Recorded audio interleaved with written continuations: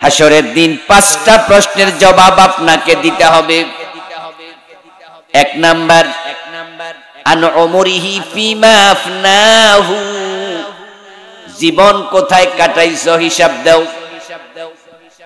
2 number, আন শাবাবিহি ফিমা আবলাহু, যৌবন কোথায় কাটাইছো, যৌবনের হিসাব দাও। 3 নাম্বার, আন মালিহি মিন আইনা ইকতাসাবাহু, তোমার যে টাকা পয়সা ধন দৌলত ছিল কোন কোন জায়গা থেকে কামাই করছো হিসাব দাও। যারা টেবিলে ফাইল আটকায়া ঘোষ খাইছে হেরা হিসাবটা কি দিব, কি বিপদ। হিসাব কিন্তু দিতে হবে। যারা ব্যবসা করতে গিয়ে ওজনে কম দিছে, মালে ভেজাল দিছে, হেরা কি টাকা কামায় নাই, হিসাব কিন্তু দিতে হবে কোন কোন জায়গা থেকে কামাইছো। 3 নাম্বার প্রশ্ন। 4 নাম্বার প্রশ্ন, ফিমান ফাকাহু, কোন কোন জায়গায় টাকা পয়সা খরচ করছো হিসাব দাও।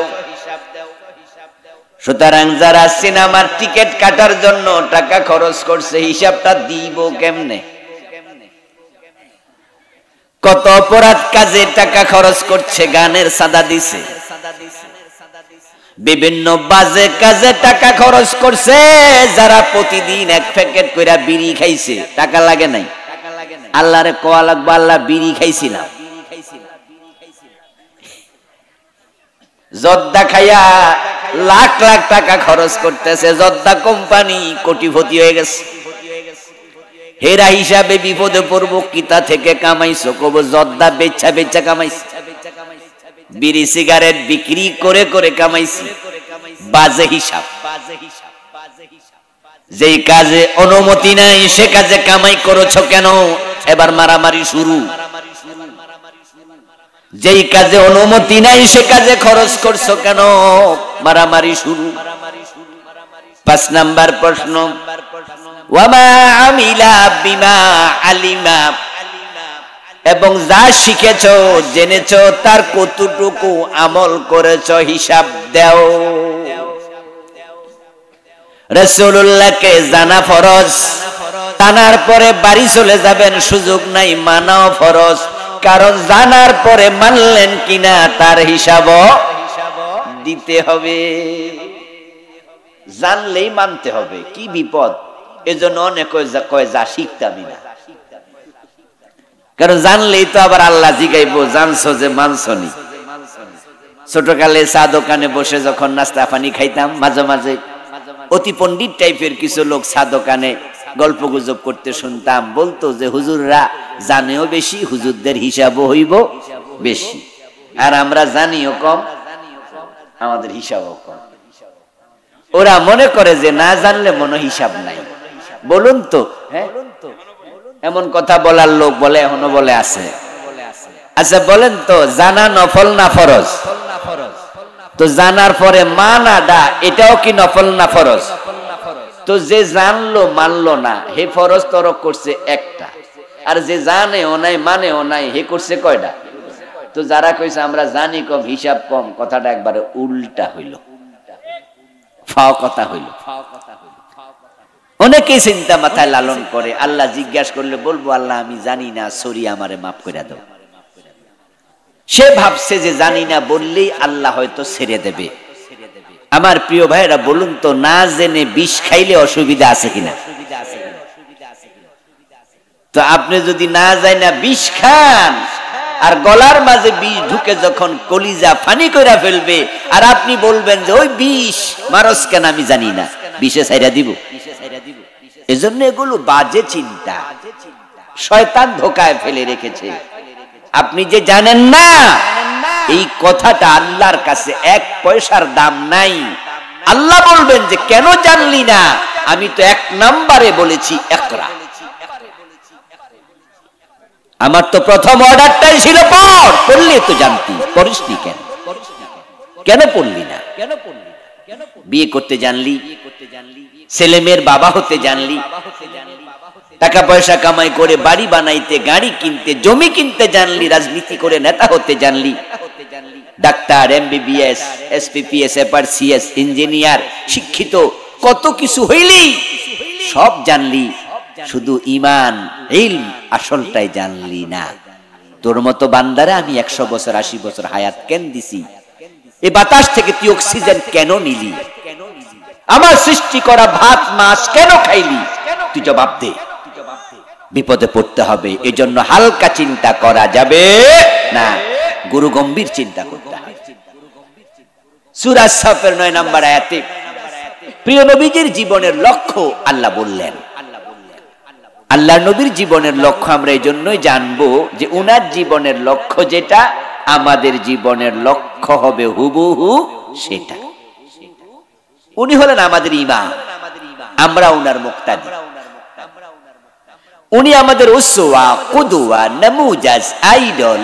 তিনি আমাদের জন্য আদর্শ। উনি যেমন আমরা তেমন। তিনি যা বলবেন আমরা তা বলব, তিনি যা করবেন আমরা তা করব। উনি মাগরিবের নামাজ পড়েছেন 3 রাকাত ফরজ, আমরা 2 রাকাত পড়লেও বাদ, 4 রাকাত পড়লেও বাদ। উনি 4 রাকাত নামাজে আত্তাহিয়াতু পড়ছেন 2 রাকাতের পরে আবদুহু ওয়া রাসূলুহু পর্যন্ত, তারপরে তিনি খাড়াই গেছেন। আমরা আবদুহু ওয়া রাসূলুহু বলে খাড়াই যাই। যদি কেউ দুরূদ শরীফ পড়ে, হানাফি মাযহাব বলে তুমি সাও সিজদা দাও। আমি যদি বলি যে দুরূদ শরীফ ভালো জিনিস, আমি পড়ছি, সাও সিজদা দেব কেন? তখন হানাফি মাযহাব বলে তুমি দুরূদ শরীফ পড়লা কেন? রাসূল পড়ে নাই, বেশি ফাকনামি করছো, জরিমানা। আচ্ছা, সাও সিজদা কি শকে দেয় না জরিমানা হিসেবে দেয়? তো দুরূদ শরীফ পড়লে আবার কিসের জরিমানা? দুরূদ শরীফ তো ভালো জিনিস। আপনারা বলেন না দুরূদ শরীফ কি খারাপ জিনিস? একবার দুরূদ পড়লে 10টা রহমত পাওয়া যায়। তা আপনি যুক্তি দিবেন যে আমি আত্তাহিয়াতু পড়ছি, আজকে হাতে একটু সময় আছে, কোনো কাম কাজ নাই, তো ভাবছি যে রহমত কিছু বেশি করে কামাই, এজন্য আমি দুরূদ শরীফ পড়ছি। হানাফি মাযহাব বলবে না, রাসূল যাহা করে নাই তা করার অধিকার তোমার। তুমি সাও সিজদা দিয়ে জরিমানা দাও, জরিমানা দিয়ে তুমি মনে মনে বলো সরি, আমি ভুল করেছি। আল্লাহর হাবিব যা করেছেন তার বাইরে যাওয়ার কোনো অধিকার উম্মতের নাই। রাসূলুল্লাহ সাল্লাল্লাহু আলাইহি ওয়াসাল্লামের জীবনের আইডিওলজির সাথে আমাদের আইডিওলজি মিলবে। ওনার স্ট্রাকচারাল ডিজাইন যাহা, উনিরা যা রেখে গেছেন, কোথা যা যা করেছেন তা করব, বাড়াবো না কমাবো না। এজন্যই তো আমরা কিছু মানুষ আছি, যেখানে দেখি কেউ বাড়াইছে আমরা বিরোধিতা করি, যেখানে দেখি কেউ কমাইছে আমরা বিরোধিতা করি। আমরা কোনো যুক্তির আশ্রয় নেই না। যখন দেখি বাংলাদেশের 53 বছরে চোর ধরে হাত কাটে নাই, ডাকাত ধরে শুলে দেয় নাই, জেনা করলে পাথর মারে নাই, মদ খাইলে 80 বেত লাগায় নাই, রাসূলের ইসলাম এগুলো ছিল। আমরা চিৎকার দিয়ে দিয়ে বলছি বাংলাদেশে এগুলো নাই, এগুলো চালু করতেই। রাসূলের ইসলামের মাঝে ছিল লা ইলাহা ইল্লাল্লাহ জিকির। যখনই দেখছি কোন পীর লা ইলাহা ইল্লাল্লাহর মাঝে ইল্লাল্লাহ চালু করে দিছে, লা ইলাহা বলে না, শুধু ইল্লাল্লাহ বলে। আমরা বলি ইল্লাল্লাহ নামে রাসূল জিকির করে নাই, তুমি কেন কমাইলা? আমরা যখন দেখি কেউ ঈদে মিলাদুন নবী নামে 3 নাম্বার ঈদ বানাইছে, তখন আমরা বিরোধিতা করে বলি রাসূল ঈদে মিলাদুন নবী করে নাই, তোমরা কেন বাড়াইলা? আমরা বাড়াইলেও বাধা দেই, কমাইলেও বাধা দেই, কারণ আমরা জানি নবী মুহাম্মদের সে কমানো যাবে না, বাড়ানো যাবে না, নবীকে আদর্শ বানাতে হবে, ঠিক কি না? উনি যেমন আমরা তেমন, উনি আমাদের আইডল। ইমাম যদি সামি আল্লাহু লিমান হামিদা বলে দাঁড়ায়া যায়, মুসল্লি রুকুতে থাকার কোন অধিকার মুসল্লির আর নাই। আমরা জানি যে রুকুতে তাসবিহ পড়ে সুবহান রাব্বিয়াল আযীম কয়বার? 3 বার। আরে ভাই 3 বার পড়ে, আচ্ছা একবার পড়লেও হয়ে যাবে, 3 বার সুন্নাহ। তা আপনি সুবহান রাব্বিয়াল আযীম একবার পড়ছেন বা 2 বার পড়ছেন, এর মাঝে ইমাম সামি আল্লাহু লিমান হামিদা বলে খাড়াই গেছে। আপনার জন্য দায়িত্ব হচ্ছে যতটুকু পড়ছেন অতটুকু সে দাঁড়ায় যান। রুকু করা ফরজ, রুকুর মাঝে তাসবিহ পড়া সুন্নাত। আবার বলছি, রুকু করা কি আর রুকুর মাঝে তাসবিহ পড়া কি? ইমামের অনুসরণ করা কি? ফরজ। তো আপনি সুবহান রাব্বিয়াল আযীম পড়তেছেন, যে তাসবিহ পড়েন ওই তাসবিহ হলো সুন্নাত। ইমাম যখন সামি আল্লাহু লিমান হামিদা কয়ে খাড়ায়া গেছে, এখন তাকে অনুসরণ করে দাঁড়ায়া যাওয়া ফরজ। গুরুত্ব কি সুন্নতের বেশি না ফরজের বেশি? তো রাসূল আমাদের ইমাম, তিনি আমাদের নেতা। এজন্য পুরা জীবনে সব জায়গায় রাসূলকে অনুসরণ করাও ফরজ। আল্লাহ বলছে মাইয়ুতির রাসূল ফাকাদ আতা আল্লাহ। কোরআনে আল্লাহ বলেন যে আমার রাসূলকে অনুসরণ করলো সে যেন আমি আল্লাহকেই অনুসরণ করলো। রাসূলুল্লাহকে অনুসরণ না করলে উম্মতের কপালে জান্নাত নাই। রাসূলুল্লাহকে অনুসরণ না করলে জান্নাত পাওয়ার কোনো সুযোগ নাই। আল্লাহর নবীর অনুসরণের সাথে আপনার জান্নাত জড়িত করে দিয়েছেন আল্লাহ। আমার আগের বক্তা আয়াতটা বারবার পড়েছে, আপনাদেরকে বলেছে কুলিন কুনতুম তুহিব্বুনাল্লাহ ফাত্তাবিউনি ইউহিব্বুকুমুল্লাহ। আগের বক্তা বলে নাই, আমি শুনছি এখান দিয়ে যাওয়ার সময়। আল্লাহ বলছে প্রিয় নবীজি আপনি মানুষকে জানায়া দেন, ও দুনিয়ার লোকেরা তোমরা যদি আল্লাহকে ভালোবাসতে চাও, আল্লাহর ভালোবাসা পেতে চাও, ফাত্তাবিউনি আমি নবীকে অনুসরণ করো। এখন প্রিয় নবীর জীবনের লক্ষ্য না জানলে আপনার জীবনের লক্ষ্য কি বানাবেন? ও প্রিয় ভাইরা, লক্ষ্যহীন জীবন চলবে না। আল্লাহ তাআলা নবী মুহাম্মদকে যেই লক্ষ্যে পাঠাইছে, আমরা তার উম্মত, নবী আর আসবে না, ওই দায়িত্ব উম্মতকে পালন করিতেই হবে। প্রিয় নবীজি হচ্ছেন ইঞ্জিনের মতো, আমরা হচ্ছি রেলগাড়ির ডাব্বা, বগির মতো। রেলগাড়ির ইঞ্জিন কি পিছনে থাকে না সামনে থাকে? সামনে যে ইঞ্জিন থাকে, বগি যদি ওই ইঞ্জিনের সাথে নিজেকে অ্যাটাচ করে দিতে পারে, তাহলে ইঞ্জিন টেনে টেনে বগিকে নিয়ে চলে। ইঞ্জিন যাবে যেখানে, বগি যাবে সেখানে। আর যদি অ্যাটাচ না হয়ে বিচ্ছিন্ন হয়ে যায়, ইঞ্জিন চলে যাবে, বগি পড়ে থাকবে। রাসূলের জীবনের লক্ষ্যের সাথে আপনার লক্ষ্য মিলবে, রাসূল টেনে টেনে জান্নাতে পৌঁছাবে। আর মিলাবেন না, পথে পড়ে থাকবেন, জান্নাত পাবেন না।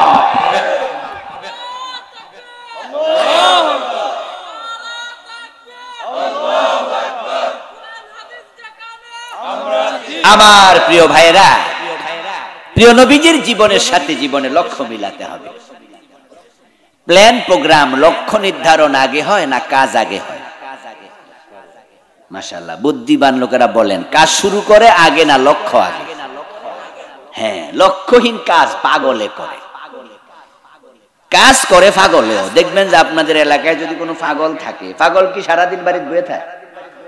পাগলের দেখবেন যে হাতে কিছুক্ষণ কটিয়া দি, কিছুক্ষণ ফাঁকন দিয়া, কিছুক্ষণ যায়া বাজিতপুর হেরে বিভিন্ন জায়গায় দেখবেন যে হাঁটতাছে। আচ্ছা, এই যে পাগলে হাঁটে, হাঁটা কি একটা কাজ না?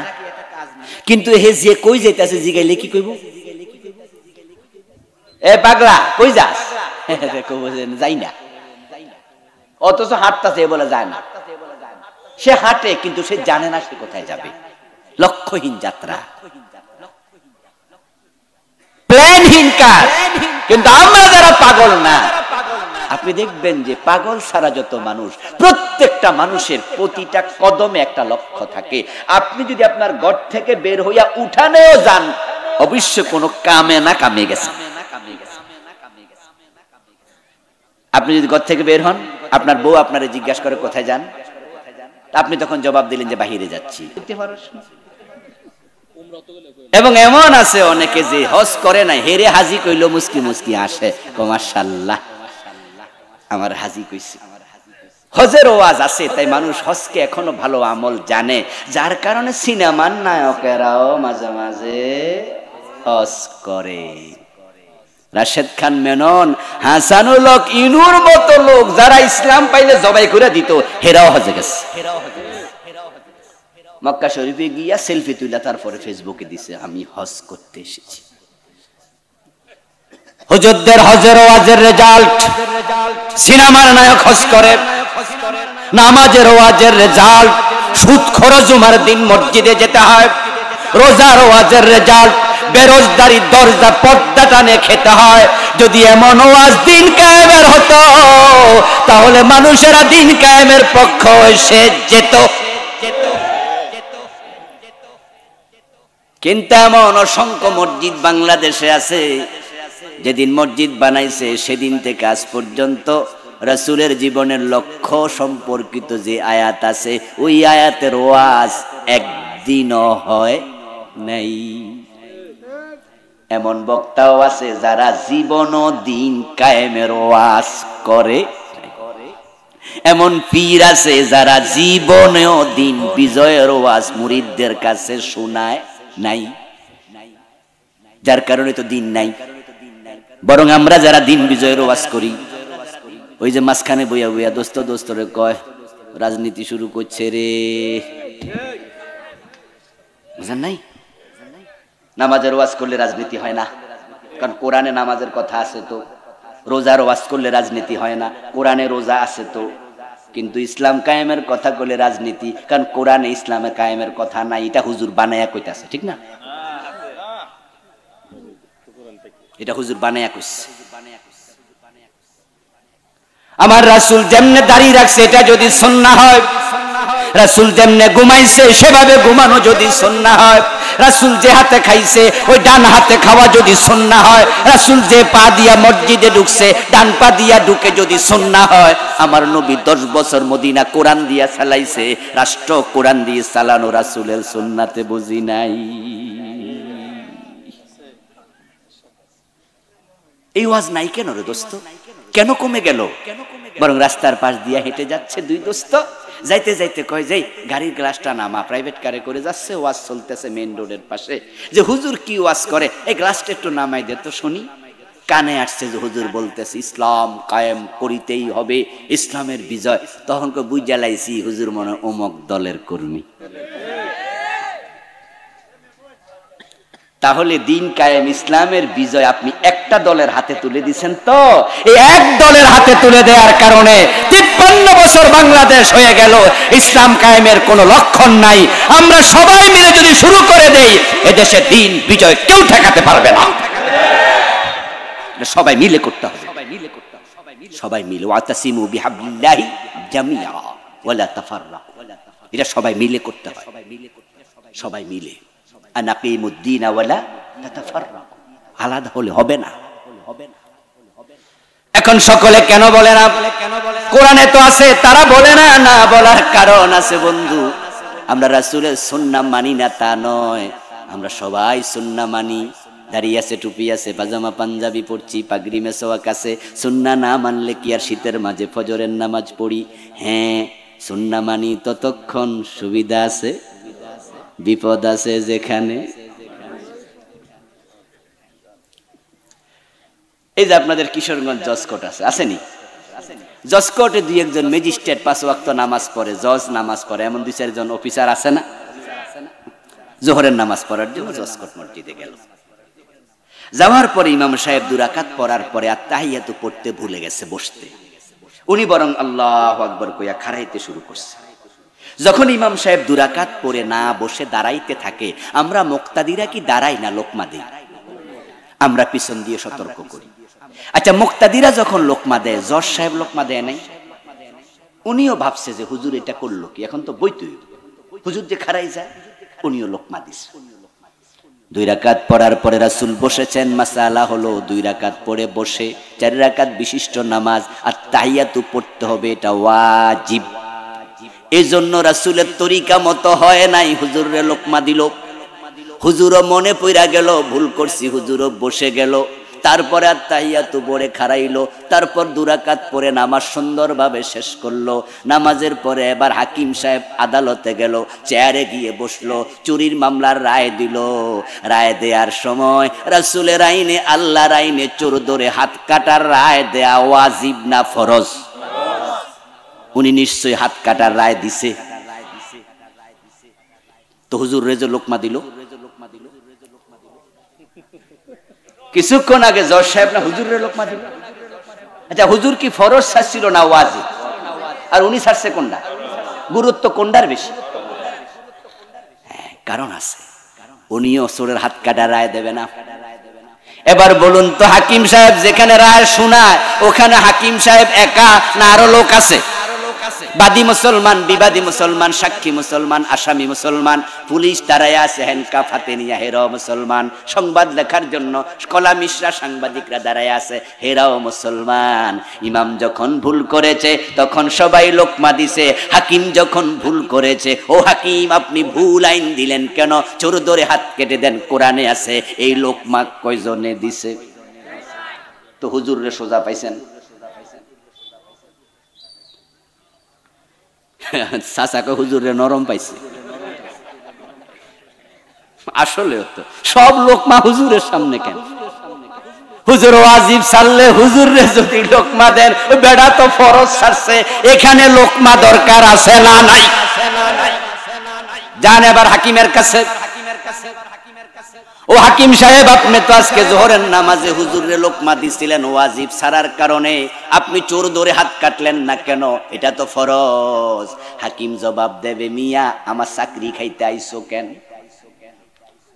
যদি আমি চোর ধরে হাত কাটার আইনটা এখনই দেই, এখনই ডিগ্রি দেই যে তার হাত কেটে দাও, আসরের আগে চাকরি, উল্টা রাষ্ট্রদ্রোহ মামলায় পড়ার সম্ভাবনা আছে। তাই আমিও রাসূলের হাদিস বুঝি, সুন্নাহ বুঝি, কোথায় লোকমা দিতে হয় বুঝি, কিন্তু চাকরি ছাড়ার ঝুঁকিতে যাবো না। সুন্নাহ মানবো ততক্ষণ বিপদ নাই যতক্ষণ এখানে বিপদ আছে। কিসের সুন্নাহ? এবার বলুন, যারা আছে আদালতের মুসলমান, সাক্ষী, বিবাদী, আইনজীবী, ও মিয়ারা, ও অ্যাডভোকেট, তোমরা কেন চিৎকার দিয়ে বললা না হাকিম কোরআনে আছে চোর ধরে হাত কাটো, আপনি কেন কাটেন না? হাত কাটার আইন দেন, কেন বলো না? তখন তারা বলবে আদালত অবমাননার মামলা খাবো বুঝি। যেই মাত্র আদালতের হাকিমরা আপনি বলবেন যে আপনার রায় ভুল হয়েছে, চোর ধরে জেলে দেওয়া যাবে না, হাত কাটতে হবে, কোরআনের অমক সূরাতে আছে, হাকিম পুলিশের দিকে তাকিয়ে বলবে এই অ্যারেস্ট হিম। দেশের আইনের বিরুদ্ধে কথা বলে আদালত শৃঙ্খলতা তৈরি করে, তাকে অ্যারেস্ট করে। তাই আমরা বুঝে ওকেও লোকমা দেই না। তাহলে আমরা সুন্নাহ মানি ততক্ষণ, ঝুঁকি নাই যতক্ষণ। কান খুলে শোনো মুসলমান, সুবিধাবাদ জিন্দাবাদে মোমেন হওয়া যায় না। আচ্ছা, জান্নাতে যাওয়ার পথ কি একবারে ফুল বিছানো? হাসতে হাসতে পান সিবাইতে সিবাইতে জান্নাতে যাওয়া যায়? বরং আমরা তো হাদিসে পড়েছি, হুফফাতিল জান্নাহ বিল মাকারিহ ওয়া হুফফাতিন নারু বিশ-শাহওয়াত, সহিহ বুখারীর হাদিস। প্রিয় নবীজি বলেছেন, জাহান্নামের চারদিকে শুধু আনন্দ দিয়ে ভরে রাখা হয়েছে, আর জান্নাতের চারদিকে কাঁটা কাঁটা কাঁটা। জান্নাতের পথ কখনোই ফুল বিছানো ছিল না। এটা বড় বন্ধুর, বড় দুর্গম, বড় মরুময়, বড় কণ্টকাকীর্ণ, বড় পিচ্ছিল। এই পথে হাসতে হাসতে ঢুকা যায় না রে দোস্ত, অনেক ঝুঁকি নিতে হয়। এখন আমাদের দেশের হুজুররাও জানে দিন বিজয়ের কথা কোরআনে আছে, বলে না, কারণ যে ইমাম বলছে তার চাকরি গেছে। আল্লামা সাইদির দিকে তাকায়া দেখছে জেলে গেছে, মামুনুল হকের দিকে তাকায়া দেখছে হক কথা বলাতে বউ দিয়া দর্শনের মামলা করছে। এখন হুজুর বোঝে দিন কায়েমের কথা বলে পাশের এলাকার অমুক হুজুর 3 বছরের জেলখানায়, 10টা মামলার আসামি, ফেরারি আসামি। এখন দিন কায়েমের কথা বইলা আমি বুঝি ঝুঁকিতে পড়ব। এই জন্য হুজুররা শুধু নামাজ রোজার ওয়াজ পর্যন্তই আছে। ও দোস্ত, হাসতে হাসতে জান্নাতে যেতে কেন চাও? কেন চাও? কেন চাও? যদি আরামে আরামে জান্নাতে যাওয়া যেত, নবী ইব্রাহিম অগ্নিকুণ্ডে নিক্ষিপ্ত হওয়া লাগতো না, মূসা নবী দেশ থেকে হিজরত করা লাগতো না। নবী মুহাম্মদের দিকে তাকায় দেখো দাঁত নাই, হযরত ইমাম হুসাইনের দিকে তাকায় দেখো কল্লা নাই, রাসূলের চাচা হামজার দিকে তাকাও, হামজার কলিজা নাই।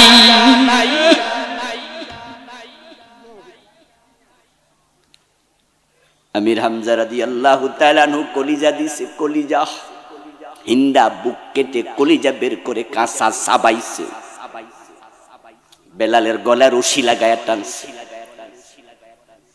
হুসাইন ইয়াজিদের বিরুদ্ধে দাঁড়াইছে তাই কল্লা দেয়া লাগছে।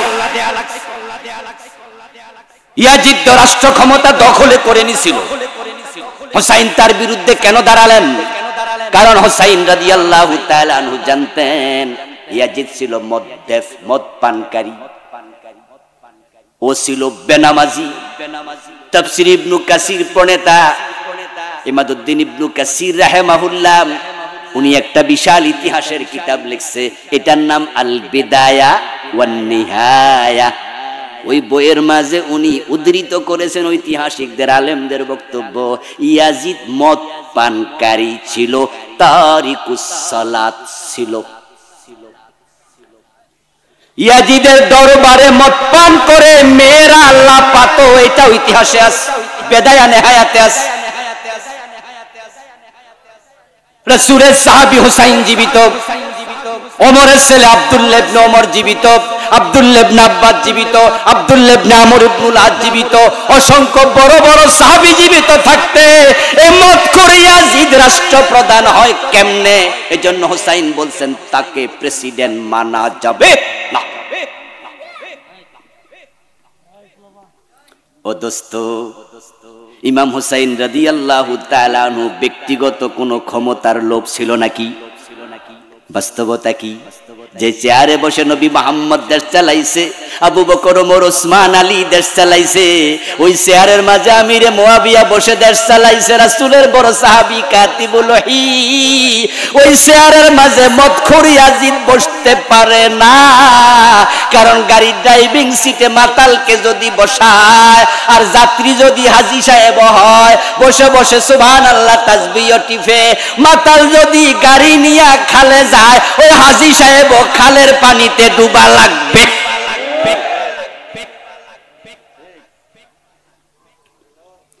এখন আপনি জীবনে ঝুঁকি নেবেন না যে দিন কায়েমের কথা বললে মামলা খাওয়া লাগে, হামলায় পড়া লাগে, বিপদে পড়া লাগে। এই জন্য আপনারা অনেকে বলেন না, না বলার কারণেই তো 92% মুসলমানের দেশে দিন কায়েম হচ্ছে না। আলহামদুলিল্লাহ, এবার একটু মোটামুটি ঝুঁকি কমছে। আগস্টের 5 তারিখের পরে এখন জালেমরা আর মাথা উঁচু করে কথা বলতে পারে না, এখন আলেমদের কথা বলার সময় এসেছে, ঠিক কি না? আগস্টের 5 তারিখের আগ পর্যন্ত আমরা আলেমরা একটু টেনশনেই ছিলাম। বাংলায় প্রবাদ ছিল, চোরের মনে পুলিশ পুলিশ, কিন্তু গত 15 বছর এই প্রবাদ উল্টে হুজুরের মনে ঢুকাই দিচ্ছে। এজন্য আমরা বক্তারাও তো মাহফিল আসার আগে ভাবতাম যাওয়ার সময় অ্যারেস্ট হই না, আসার সময় হই না, মাহফিল চলাকালে হই, কওয়া তো যায় না। তাই আমরাও ভাবতাম পুলিশ পুলিশ পুলিশ পুলিশ, ছোট হুজুর বড় হুজুর, আলিয়ার হুজুর কওমের হুজুর, রাজনীতি হুজুর রাজনীতি সারা হুজুর, মোটামুটি কারোরে ছাড়ে নাই, বড় বড় আলেম প্রায় সবাই বেজ্জতি করছে। তবে 2-4টা মুনাফেক আলেম ছাড়া, যারা দুদিক থেকে সুবিধা নেয়। তারা আওয়ামী লীগ সরকারের আমলও সুবিধায় ছিল, এরা বর্তমান সরকারের আমলও সুবিধায় আছে, কারণ ওরা দুই দিকেই মুখ রাখে। কিছু মুনাফেক ছাড়া, যেমন আপনাদের এই কিশোরগঞ্জে একটা মুনাফেক আছে, এটার নাম ফরিদউদ্দিন মাসউদ।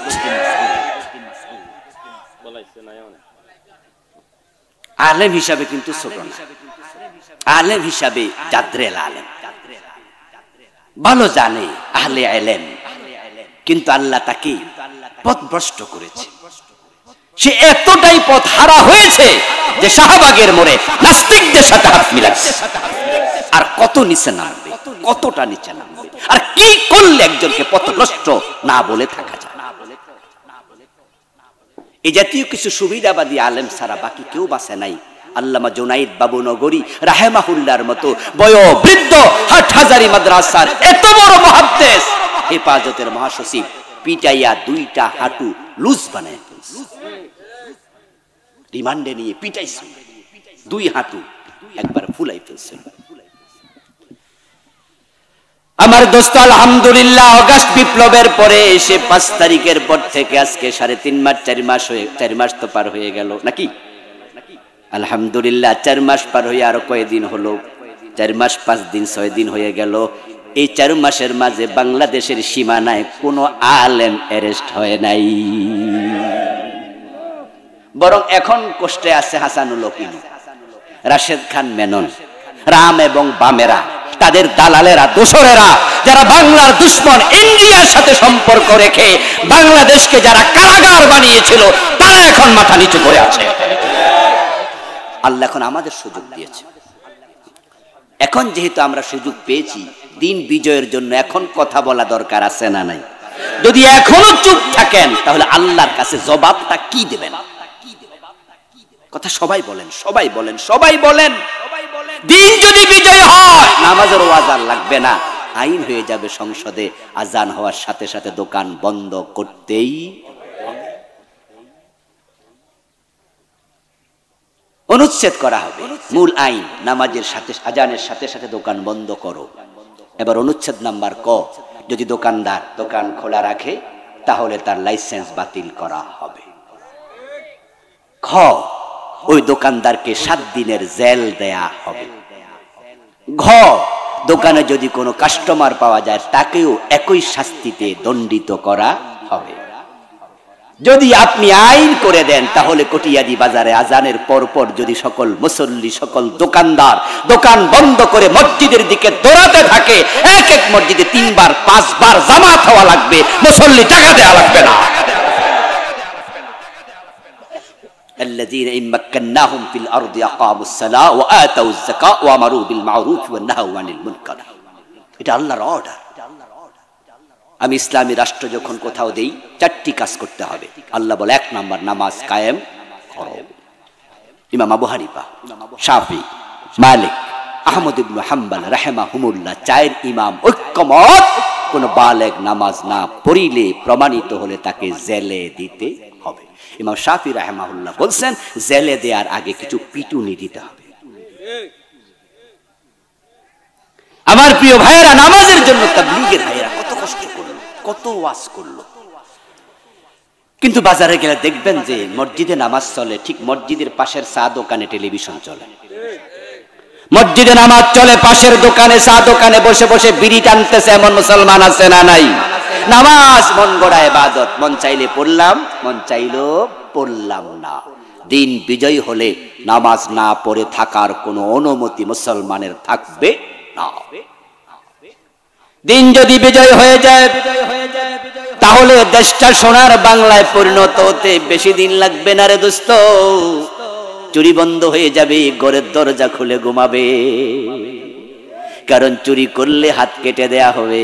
যদি 2, 4টা 10টা 20টা চোরের হাত কাটা হয়, হাত কাটা চোর দেখে অন্য চোরেরা তারের মতো সোজা হয়ে যাবে। বাংলাদেশে যদি দেশের টাকা পাচার নামক চুরি বন্ধ করা যায়, সোনার বাংলা হতে 1 যুগের বেশি লাগবে না। আপনি কি জানেন প্রতিদিন বাংলাদেশ সরকারের ইনকাম কত? খনিজ পদার্থ লাগে না, স্বর্ণের খনি পাওয়া লাগবে না, দেশের টাকা এনাফ এনাফ এনাফ। তার প্রমাণ মালয়েশিয়া।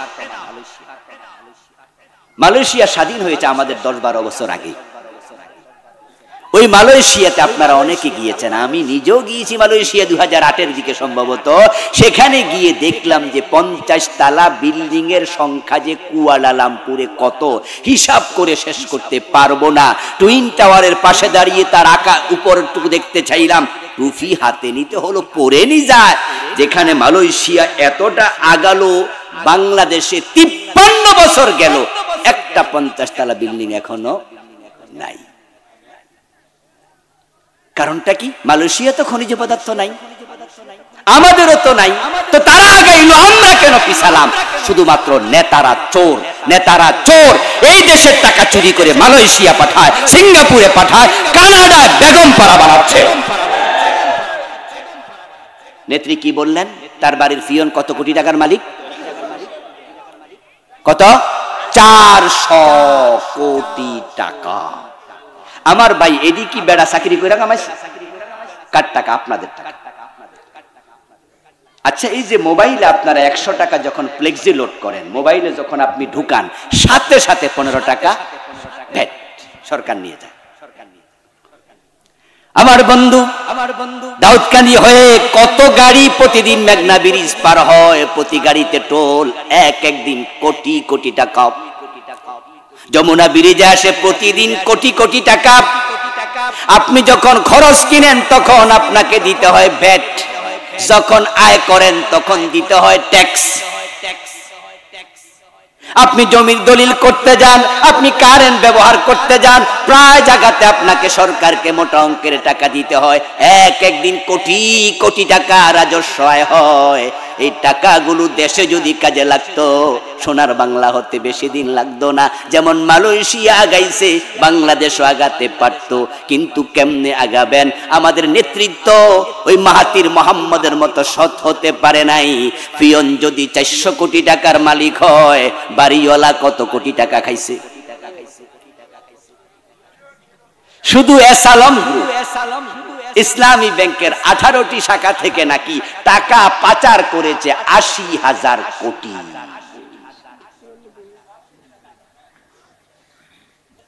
আপনাদের বাড়ির পাশে যে বড় বড় রাস্তাগুলো আছে, আমি আজকেও দেখলাম এখানে কটিয়াদি থেকে বাজিতপুরের দিকে গেলাম একটি প্রোগ্রাম করতে, সেখানে দেখি রাস্তায় কাজ চলতেছে। আমার ড্রাইভার সাহেব আমরা গাড়ির ভিতরে মন্তব্য করলাম যে রাস্তায় কাজ চলছে, যে কার্পেটিং করছে সেটা 2 থেকে 2.5 ইঞ্চি হবে। তা আমি বললাম যে 2 থেকে 2.5 ইঞ্চি কার্পেটিং এত দুর্বল, 2 মাস পরে চামড়া আর থাকবে না। এটা যদি 8 ইঞ্চি করতো তাহলে এটা 5 বছর যেত। প্রিয় ভাইয়েরা, বেটা কোত্থেকে করবে? বাজেট যদি 100 কোটি টাকা হয়, বাজেট যখন পাস করাইছে তখনই তো 10% শেষ, একবারে শুরুতেই 10 কোটি শেষ, রইল 90 কোটি। তারপরে এবার টাকা যে অফিসার দেবে, হে কয় আমারে দেন 5%, গেল আরো 5 কোটি। এলাকার নেতারা যাইয়া খাড়ায়, এমনি আমার এলাকায় কাজ করবা চলবে না, আমাকে দাও 10%। এইভাবে দিতে দিতে যখন কমে, তখন যে কন্ট্রাক্টর হে কয় সবাই খাইতে পারলে আমি খাইলে দোষ কি? তো বাজেটের যে খানাটা শুরু করছে কারা? এদেশের নেতারা, ঠিক না? ওখান থেকে শুরু হয়েছে। 100 কোটি টাকা বাজেট, 40 কোটি টাকার কাজ হবে, 30 কোটি টাকার কাজ হবে, 70 কোটি নাই হয়ে যাবে। আবার 3 বছর পরে আবার বাজেট করো, আবার রাস্তা বানাও। তো সোনার বাংলা হবে কেমনে? যদি ব্যাপারটা এমন হতো 1 টাকা দুর্নীতি চলবে না, হাত কাটার আইন শুরু করে দাও, তখন বলা হবে ব্যবসা করো 10%, 15%। তুমি 100 কোটি বাজেট, 10 কোটির বেশি ব্যবসা করতে পারবা না। 90 কোটির কাজ করো, 90 কোটি যদি কাজে লাগতো, এক রাস্তা 15-20 বছর করা লাগতো না, সারা দেশের রাস্তা ঠিক করতে 1 যুগের বেশি লাগবে।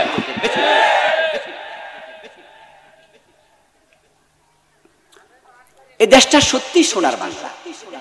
আমি বলি মাঝে মাঝে, আমাদের কবি রবীন্দ্রনাথ ঠাকুর কবিতা লিখছেন, আমার সোনার বাংলা আমি তোমায়। আসলেও বিদেশ না গেলে এই দেশের সৌন্দর্য বোঝা যায় না। কোন কবি লিখেছে আমি জানি না, নামটা আমার জানা নাই। তিনি লিখেছেন, এমন দেশটি কোথাও খুঁজে পাবে না কো তুমি, সকল দেশের রানী সেজে আমার জন্মভূমি। কবি রবীন্দ্রনাথ লেখার পিছনে কারণ ছিল, কারণ তিনি ইউকেতে লেখাপড়া করছেন, আপনার এই যে লন্ডনে, বিলেত বলতো আগে, বিলেত। উনারা দেখেছেন যে বিলেতের যে আবহাওয়া, লন্ডনের আবহাওয়া 3 থেকে 4 মাস বরফে ঢাকা থাকে পুরা দেশ। ইউরোপ আমেরিকার অনেকগুলো দেশ আল্লাহ আমাকেও যাওয়ার সুযোগ দিয়েছে, আমিও দেখেছি। এই অগাস্টে আমি আমেরিকায় 22 দিন ছিলাম। আমি 2021 একবার গেলাম, 10 দিন মাত্র ছিলাম। এত ঠান্ডা যে আমার নাকের ভিতরে রক্ত জমে গেছে। আমি বাংলাদেশি ভাইদেরকে বললাম যে ভাই এত ঠান্ডা সহ্য করেন কেমনে? বলে হুজুর ঠান্ডা তো এখনো আসেই নাই, মাত্র শুরু। আপনি যদি থাকেন ডিসেম্বরের 15 পর্যন্ত দেখবেন ঠান্ডা কাকে বলে। 2.5 থেকে 3 ফিট বরফ জমে যাবে। আমেরিকার 50টি অঙ্গরাজ্যের মাঝে 30 থেকে 35টি 3 মাস 4 মাস 5 মাস বরফে ঢাকা থাকে। ফল ফসল কিচ্ছু হয় না, গাছের কোনো পাতা থাকে না। ওই দেশ পৃথিবীর সেরা আমেরিকা হয়ে গেল। আর আমার দেশে 12 মাসে ফসল হয়, ফল ফলাদি হয়। এই দেশে আম খেয়ে আমের বিচি ফেলে দেবেন রাস্তার পাশে, 15-20 দিন পরে গিয়ে দেখবেন চারা উঠে গেছে, 1 মাস পরে গাছ হয়ে গেছে, 2 বছর পরে নিজে নিজে আম ধরতেছে, 1 টাকা খরচ লাগে না, এমনি ফল জন্ম নেয়। আর সৌদি আরবে, দুবাইতে, কাতারে গাছের তলা গিয়ে দেখবেন যে পাইপলাইন আছে, সকালে একবার পানি দেয়, সন্ধ্যা আবার পানি দেয়। পানি না দিলে গাছ বাঁচে না। এই দেশের আবহাওয়া আল্লাহর নিয়ামত। এই দেশটা তলাবিহীন ঝুরি হওয়ার কথা ছিল না। একটা লাউ পচে গেছে, রাস্তার পাশে ফেলে দিয়েছেন, একটা কাকে এসে খেয়েছে, ওই কাক লাউর বিচি পায়খানা করছে, আবার যেখানে পায়খানা করছে দেখবেন যে ছাদের আগার মাঝে লাউ গাছ আইলো করতে রে, ওই যে কাকের পায়খানা থেকে হয়ে গেছে, লাউ ধরতেছে। এই হলো আবহাওয়া। এমন সোনার বাংলা পিছাবে কেন? শুধুমাত্র শাসক শ্রেণীর চুরির কারণে পিছাইছে।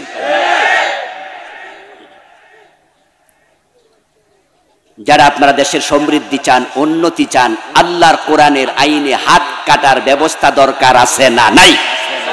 সেটা কি আজকের মাহফিলে চিৎকার দিলে আইন হবে, না সংসদে কোরআনওয়ালা পাঠাতে হবে? দিনের বিজয় হবে তখন, কোরআন সংসদে ঢুকবে যখন। তার প্রমাণ নবী মুহাম্মদের জীবন। মক্কায় ছিলেন 13 বছর। এই 13 বছরে মক্কায় ইসলাম বিজয় হয়নি, কারণ মক্কার সংসদ দারুন নাদওয়াতে তারা রাসূলকে কোরআন নিয়ে ঢুকতে দেয় নাই। وقال الذين كفروا لا تسمعوا لهذا القرآن, বরং মক্কার সংসদ দারুন নাদওয়াতে তারা সিদ্ধান্ত নিয়েছে মুহাম্মদ যেখানে কোরআন পড়বে সেখানে কোরআন শুনতেও যাওয়া যাবে না। দ্বিতীয় সিদ্ধান্ত নিছে কোরআনের আয়াত, মক্কার সংসদের সিদ্ধান্ত আল্লাহ শোনায়। দ্বিতীয় সিদ্ধান্ত হলো যেখানে কোরআন তেলাওয়াত হবে, আলোচনা হবে, গন্ডগোল লাগাতে হবে। গত 15 বছরে যেমন গন্ডগোল লাগাইছে, আর বিভিন্ন জায়গায় মাহফিল বন্ধ করে দিত না। আমারও তো 4-5 বছর দেয় না, 1 কোটি দিন। এবং আপনাদের এখানে মাহফিল করতে যাওয়ার পথে তো আমার অ্যারেস্ট করছে। কত জনের কত মাহফিল কত জায়গায় বন্ধ করে দিছে। ওদের চরিত্রের সাথে আবু জেহেলের চরিত্রের মিল আছে।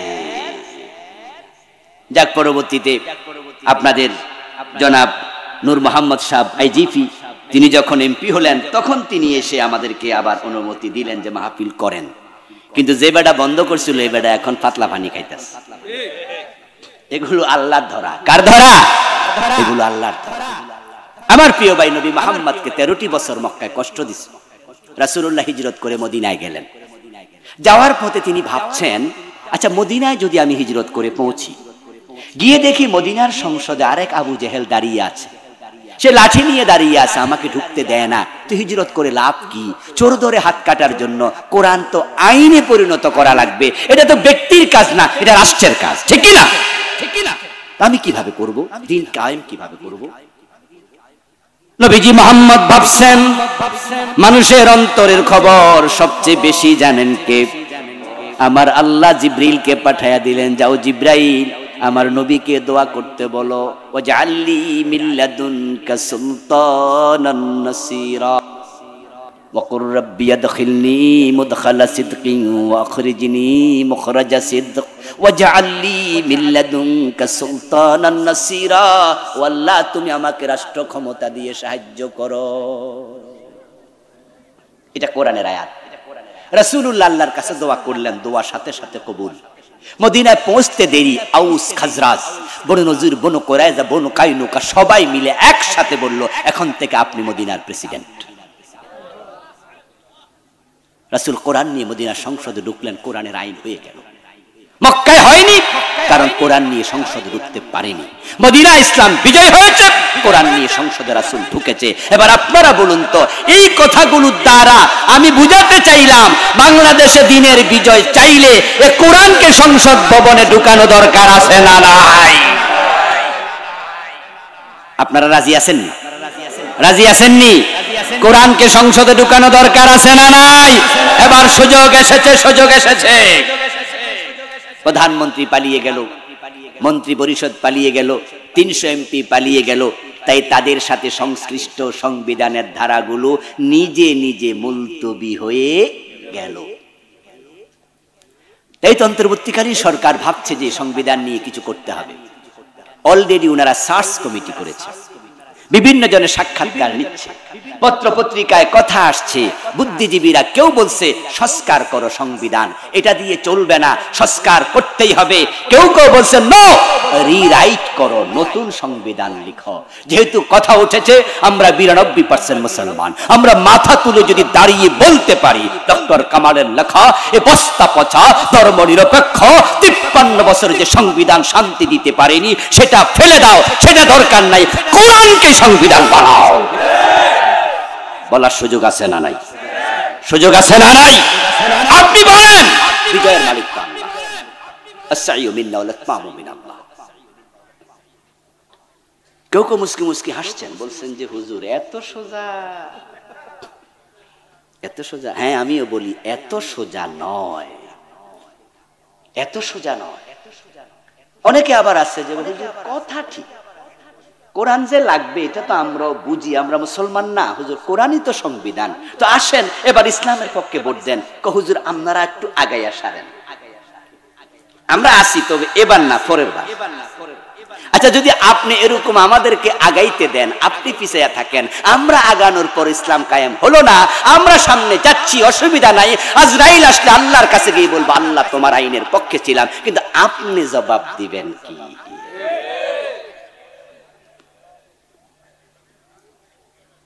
আপনার জবাব কি? একদিনের ওয়াজ করলে, 2 দিন ওয়াজ করলে ইসলাম কায়েম হয়ে যাবে, ব্যাপারটি তা নয়, এত সহজ না। কিন্তু আমরা আজকে 5ই আগস্টের পরে পরিবেশ পেয়ে ভাববেন না যে হুজুররার কণ্ঠ এখন একটু আওয়াজ বেশি হয়, মনে হয় যেন হুজুররা ভাবছে কি দেশ স্বাধীন পেয়ে গেছে। আমি বলি নো দোস্ত, এই কথাগুলো আমরা গত 15 বছরও বলেছি, সামান্য কেয়ার করি নাই। আমরা বলেছি, কেন বলেছি? কারণ এমনও তো হতে পারে মৃত্যু আমার হয়ে যাবে আজকেই, আল্লাহর সামনে হাজির হওয়ার পরে বলতে তো পারবো আল্লাহ আমার নবীর জীবনের লক্ষ্য যাহা ছিল, আমার লক্ষ্য আমি তাই বানিয়েছি। রাসূল বলেছে আমার মতো যারা জীবন সাজাবে, আমার সুন্নাহ ফলো করে, আমার সাথে জান্নাতে যাবে।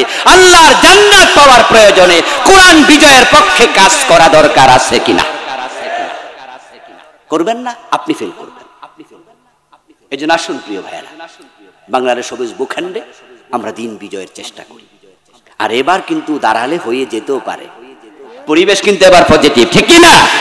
হতেও পারে ইনশাআল্লাহ। আমি তো বলি কোরআন নাজিল কায়েম যদি হয়ে যায়, হিন্দুরও ক্ষতি নাই, বিএনপি আওয়ামী লীগ দূরের কথা, ওরা তো সবই মুসলমান। কোরআন কায়েম হলে কি হিন্দুর ক্ষতি আছে? বৌদ্ধের ক্ষতি আছে? আর আপনারা তো মুসলমান, আপনি উল্টা চলবেন, আপনাদের কোনো ক্ষতি নাই, বরং সবার কল্যাণ এতে আছে। হিন্দুর ঘরে মুসলমান চোর ঢুকে যদি চুরি করে, আল্লাহর আইনে মুসলমান চোরের হাত কেটে দেয়া হবে। কোরআন কায়েম হওয়ার পরে হিন্দুরাও ঘরের দরজা খুলে ঘুমাতে পারবে। হিন্দুর সুন্দরী মেয়ের চরিত্রের গ্যারান্টি রাষ্ট্র দেবে, রাষ্ট্র নিরাপত্তা, রাষ্ট্র।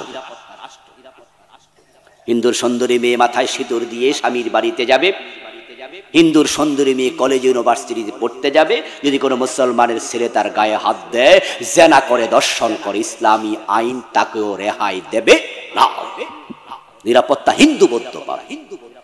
আর আপনারা তো মুসলমান, আমাদের এই ভূখণ্ড আল্লাহর অশেষ দান, চারদিকে ইন্ডিয়া, মাঝখানে আমরা, এত বেশি পরিমাণ মুসলমান বাংলাদেশে আছে। ইন্ডিয়ারে মাগ না দিলেও বাংলাদেশ নেবে না। কথা বোঝেন নাই? অনেকে মাঝে মাঝে বলে যে ইন্ডিয়া আবার বাংলাদেশ দখল করে লাইনি। আমিও বলি হ্যাঁ, দখল করতে আসো দাদারা, আসলে ঠেলা বুঝবা। কারণ শুধু কাশ্মীরের মতো সামান্য একটি অংশ 47-এর পর থেকে আজ পর্যন্ত 1 কোটির কম মুসলমান কাশ্মীরে, তাদেরকে তোমরা নিয়ন্ত্রণ করতে পারো না। আমরা আছি 18 কোটি, সোজা করে ফেলবো। কারণ আমরা তো শাহজালাল উত্তরসূরি, আমরা ইব্রাহিমের অগ্নিকুণ্ডে পড়া ওই বাবার সন্তান। মৃত্যু আমরা পরোয়া করি না, আমরা শাহাদাত খুঁজে বেড়াই। আমরা শাহাদাত খুঁজে বেড়াই। কি শাহাদাত খুঁজে বেড়ান না? শহীদি মৃত্যু চান না? আমরা তো গজওয়ায়ে হিন্দের স্বপ্ন দেখি, ওখানে শরীক হওয়ার স্বপ্ন। এই দেশটা আমাদের ছিল, আমাদেরই থাকবে, বলেন ইনশাআল্লাহ। এজন্য ইন্ডিয়া আমাদের দেশ চারিদিক থেকে কাঁটাতারের বেড়া দিয়া ওরা বরং নিরাপত্তার বলয়ে ঢুকছে, চারিদিকে বেড়া দিচ্ছে কাঁটাতার। তাহলে দেশটা আমাদের আছে আলহামদুলিল্লাহ। ক্ষমতায় 53 বছরে কোন হিন্দু প্রেসিডেন্ট হয়েছে? কোন বৌদ্ধ প্রধানমন্ত্রী হয়েছে? আমরা তো ঘুরি ফিরে, আমরা মুসলমানেরা। তো আপনারা সবাই মিলে একটা কাজ করেন, যেই যেই দল করেন করেন, কিন্তু কোরআন সংবিধান হবে। কোরআন যদি সংবিধান হয় সবাই লাভ হবে, দেশটা সোনার বাংলা হয়ে যাবে।